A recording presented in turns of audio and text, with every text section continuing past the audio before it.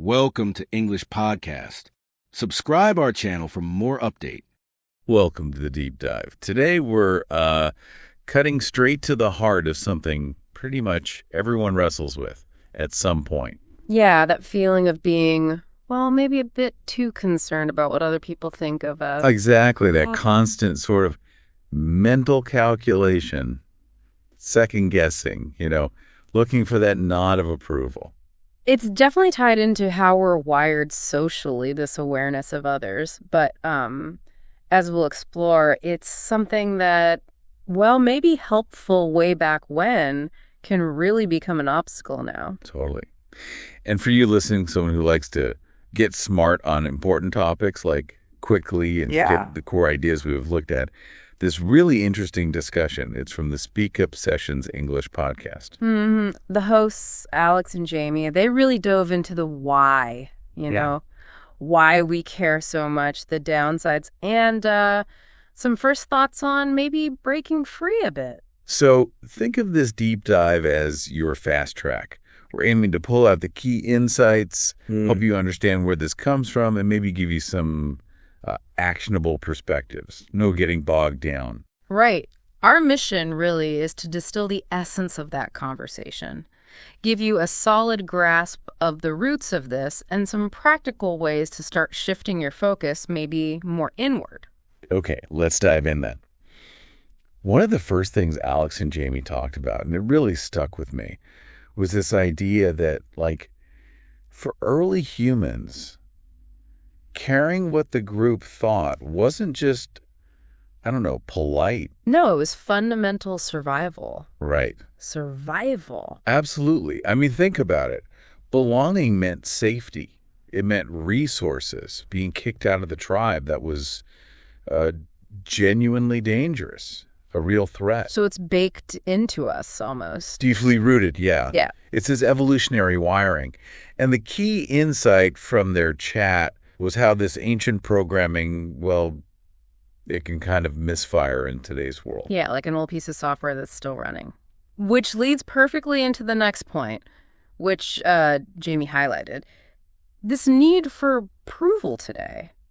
It can actually stop us dead in our tracks, right? It really can. It becomes this major limitation because, let's be honest, the stakes today are usually much lower. Social disapproval. It's rarely life or death anymore. Not like being thrown out of the cave. Exactly. But that deep-seated fear, it can still feel paralyzing. It stops people taking risks, expressing themselves authentically, chasing goals. Our instincts haven't quite caught up with modern life, you could say. And Alex used a really strong word, addiction. Like, we get addicted to approval. Mm-hmm. They mentioned posting something online, social media, and just constantly checking, refreshing for likes, for comments. We've all felt that little buzz, haven't we? Oh, definitely. And that addiction analogy is pretty sharp, actually, because social media gives you that near instant validation. It taps right into that ancient need for belonging, Gives you those little dopamine hits. So it's actually reinforcing the behavior in our brains. Precisely. It creates this neurological reward loop. So it's not just wanting people to like your photo, it's hooking into something much more fundamental. Wow. Okay. And here's where it gets almost funny or ironic, I guess. Jamie pointed out how often we worry about impressing people. People we don't even like. Yeah. Or people whose opinions we don't actually respect that much deep down. It really shows the irrationality of it sometimes, doesn't it? Why pour so much energy, so much mental energy into worrying about judgments from people whose values maybe don't even align with ours? It makes you wonder, whose standards are we even trying to meet? Good question. And it leads to something quite sad, which Alex and Jamie called the dreams that die. Ooh, yeah. The singing you never did, the YouTube channel you didn't start, the business idea that stayed just an idea, all because you were afraid of what someone might say. Afraid of laughter or getting 0 views, or being called a failure. The cost is huge when you think about it like that. All that potential just unrealized because of this fear of judgment. It's like a hidden barrier holding so many people back. And here's the real kicker, something Jamie brought up a lot of the time. Yeah. The judgment we're scared of. It isn't even real. Right. It's happening in our own heads. Totally. You walk into a room, you feel like all eyes are on you, judging your outfit, your hair, whatever. But actually, most people are probably just thinking about their own stuff, what they need from the grocery store or that email they forgot to send. our minds are such powerful storytellers, aren't they? We create these whole narratives of criticism. We really do. And those self-generated stories can be incredibly draining, sometimes even more than if someone actually said something negative. It's like we put ourselves in a prison of perceived judgment. But realizing that, realizing most people are wrapped up in their own lives, that can be so freeing. Jamie said something like, "You're not the star of everyone else's movie." That's such a great way to put it. It really deflates the power you imagine other people's opinions have over you. It just takes the pressure off. Okay, so this is all making a ton of sense. Yeah. But what can we actually do? What are the first steps to loosen this grip? Alex and Jamie had some practical ideas. The first one was pretty straightforward. Just awareness. Just noticing. Yeah, noticing when you're doing it. When are you editing yourself? When are you fishing for that compliment or that external validation? Ah, okay. So just starting to observe your own thoughts and actions. Exactly. And importantly, doing it without beating yourself up about it. Just notice. There I go again, worrying about what they'll think. It's like shining a little light on it. Yeah. Because it's often automatic, right? We don't even realize. So much of it is unconscious habit, but that noticing creates a tiny bit of space.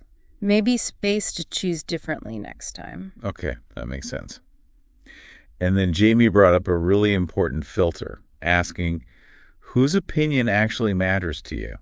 Yes, this is crucial. You have to consciously sort through it. Who are these people whose opinions you're valuing? Are they mentors, people you respect who genuinely care about you? Or is it just like random strangers online? Or that distant relative you see once a year? Precisely. We need to differentiate.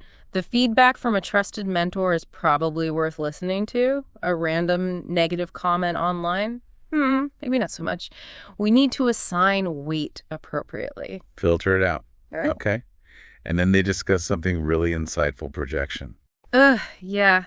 The idea that sometimes criticism from others isn't really about you at all. How does that work? Well, it's often a reflection of their own stuff, their insecurities, their fears, maybe their own unfulfilled dreams. So, if someone criticizes you for starting a business, it might be because deep down they wish they had the courage to do it but feel stuck. So seeing you do it triggers their own discomfort, and that comes out as criticism. It's their stuff projected onto you. Wow. Okay. That can really take the sting out of criticism, can it? If you realize it might not even be about your actions. It absolutely can shift your perspective on negative feedback. Yeah. And then, connected to this, Alex talked about doing it scared. I love that phrase. Me too. It's about taking action even when you feel that fear of judgment bubbling up. Not waiting for the fear to magically disappear first. Exactly. Because if you wait for the fear to vanish, you might be waiting forever. The key is to act despite the fear. Step out of the comfort zone, even if your knees are shaking. Because that's how you build resilience. That's how you build resilience, and that's how you chip away at the fear's power. And, importantly, it leads to confidence. Right. Confidence isn't something you just get beforehand. It's built by doing. Jamie used the example of singing on stage, even if you're terrified. Yeah, you do it scared, you realize you survived, maybe it even went okay, and each time you do it, it gets a tiny bit easier. The fear lessens. So confidence is the result of action, not the requirement for it. Very often, yes. It's built brick by brick through experience. Each action you take despite fear is like laying another brick in your confidence wall. Which brings us, I guess, to the ultimate point Jamie made. This is your life, your one life. You want to spend it hemmed in by what other people might think, constantly watering yourself down to fit in. That's the fundamental choice, isn't it? Trading authenticity for the hope of approval from others. Living fully often means embracing that vulnerability, prioritizing your own path. So let's try and pull this together. We care what others think because evolutionarily we needed the group. Right? Deep roots there. But today, that same instinct can seriously limit us. And the way forward starts with awareness, just noticing when we're doing it. Then being selective about whose opinions we really value. And understanding projection that criticism isn't always about us. Yeah. And crucially, Doing it scared. Taking action even with the fear, because that's how you actually build real confidence over time. Exactly. So maybe the final thought for you listening right now, just think about one small thing. One area in your life, maybe tiny, where that fear of what someone else might think is holding you back. Just one thing. Yeah. And consider. It's one small step, one tiny action you could take there. Not for them, not for their approval. But for you, for your own sense of, being true to yourself. Precisely. For your own satisfaction, your own authenticity, because really, you have permission. Permission to take up space, to live authentically. Fully, unapologetically you.